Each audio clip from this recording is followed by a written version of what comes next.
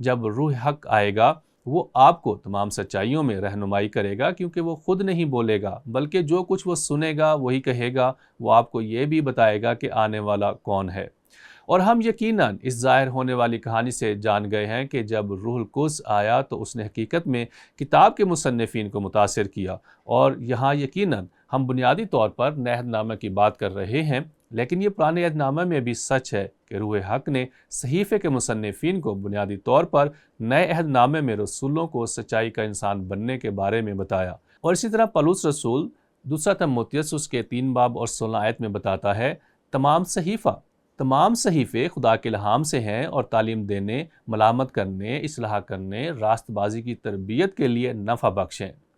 لیکن اس ظاہر ہونے والی کہانی میں ایک اور قدم بھی ہے۔ روح القدس ہم میں سے ہر ایک ایماندار کے اندر بستا ہے اگر ہم مسیح کو جانتے ہیں، لیکن وہ کلیسیا کے اندر بھی رہتا ہے۔ دیکھیں، آپ خدا کی روح کو محدود نہیں کر سکتے جو ہمہ گیر ہے، تو وہ ہمارے اندر ہے، وہ کلیسیا کے اندر مستند طور پر مسیح کے بدن کے اندر ہے، اور وہ سچائی کو سمجھنے میں ہماری مدد کرتا ہے، ہماری زندگیوں میں رہتا ہے۔ خدا کی سچائی ہمارے ذہنوں کو روشن کرنے کے لیے، تاکہ ہم خدا کے کلام کو سمجھ سکیں جو نازل ہوا ہے، اور ہمیں اپنی زندگیوں میں اس سچائی کو زندہ کرنے کے لیے بااختیار بناتا ہے۔ اور مجھے وہ بات پسند ہے جو پولس رسول نے افسیوں کے 3 باب میں کہی، یہ دعا کی شکل میں ہے، میں دعا کرتا ہوں کہ وہ آپ کو اپنے جلال کی دولت کے مطابق اپنی روح کے ذریعے آپ کے باطنی وجود میں طاقت کے ساتھ مضبوط بنائے۔ اور ویسے ایک دلچسپ تصور یہ ہے، کیونکہ یہ ایک اجتماعی ضمیر ہے، آپ کا باطن اس کی روح کے ذریعے، وہ یہ ہے کہ کلیسیا کے طور پر بھی ہمارا ایک باطنی وجود ہے جیسا کہ یہ تھا،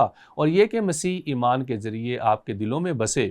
ہم بہت سے ہیں اور پھر بھی ایک ہیں، جو کہ ایک دلچسپ تصور ہے، اور اس لیے ہمارے پاس خاص طور پر یوحنا کی انجیل سے اور پولس کے خطوط سے اس سچائی کی ایک وضاحت ہے، جس کا یوحنا یہاں اس چھوٹے سے خط میں ذکر کر رہا ہے۔ اور پھر ہمارے پاس دوسرا تصور ہے جو کہ محبت ہے، اور خدا محبت ہے، اور یہ بہت دلچسپ ہے۔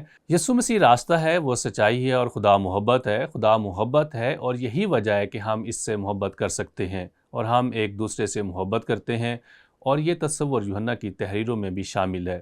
یوحنا رسول کی انجیل اس کا 13 باب اور اس کی 34 اور 35 آیت میں ایک دوسرے سے پیار کریں، میں آپ کو ایک نیا حکم دیتا ہوں۔ اب یہاں سے یسوع رسولوں سے بات کر رہا ہے، ایک دوسرے سے محبت کرو، اور جس طرح میں نے تم سے محبت کی ہے تم بھی ایک دوسرے سے محبت رکھو، اور اس سے سب جان لیں گے کہ تم میرے شاگرد ہو اگر تم ایک دوسرے سے محبت رکھو۔ اور وہاں وہ نہ صرف اس حقیقت کا حوالہ دے رہا ہے کہ اس نے ان کے پاؤں دھوئے ہیں، بلکہ وہ اس حقیقت کا حوالہ دے رہا ہے کہ وہ ان کے لیے مرنے والا ہے، وہ حتمی قیمت ادا کرنے جا رہا ہے، اور وہ ہمیں پیار کرتا ہے۔ اور یہاں آیت 6 کے اس چھوٹے سے خط کا صرف ایک باب ہے، لیکن یہاں اس چھوٹے سے خط دوسرا یوحنا میں ہم پڑھتے ہیں، محبت میں چلنا، یہ محبت ہے، اور یہ بالکل ایسا ہی لگتا ہے جیسا کہ یوحنا نے اپنی انجیل میں لکھا، یہ محبت ہے کہ ہم اس کے حکموں کے مطابق چلیں۔ آپ دیکھیں گے کہ یسوع نے کہا، میں آپ کو ایک نیا حکم دیتا ہوں، کیا ہم چلتے ہیں اس حکم کے مطابق؟ یہ حکم ہے جیسا کہ تم نے شروع سے سنا ہے کہ تم محبت میں چلو۔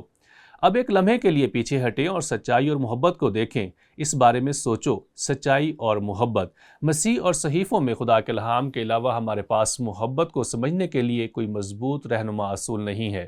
خدا کے کلام اور روح کے اندر رہنے کے بغیر ہمارے پاس یسوع مسیح میں ہمارے لیے خدا کی محبت کی کوئی واضح اور صحیح یاد نہیں ہے۔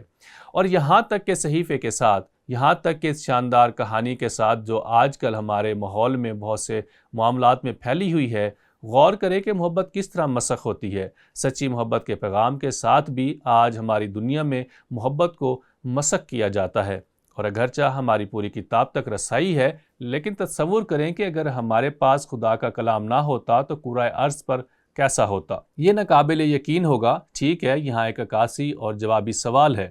افسیوں 4 باب اور اس کی 15 آیت میں پولس رسول نے ہمیں محبت میں سچ بولنے کی تلقین کی۔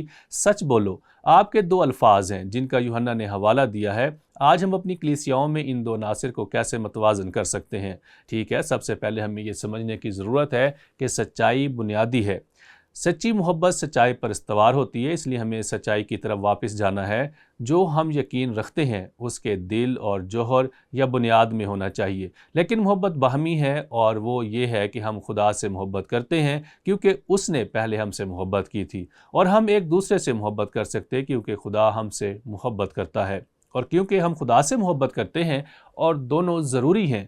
اور اس لیے میں اس سوال کے جواب میں صرف اتنا کہوں گا، آئیے ان دو تصورات کو ذہن میں رکھیں، جیسا کہ ہم خدا سے تعلق رکھتے ہیں، جیسا کہ ہم ایک دوسرے سے تعلق رکھتے ہیں۔ تو آئیے یوحنا 2 کے اس چھوٹے سے خط سے زندگی گزارنے کے اس اصول کو یاد رکھیں۔ عقیدہ اور طرز عمل، مقامی کلیسیاؤں کے طور پر ہمیں سچائی اور محبت دونوں کا معاشرہ بننا ہے۔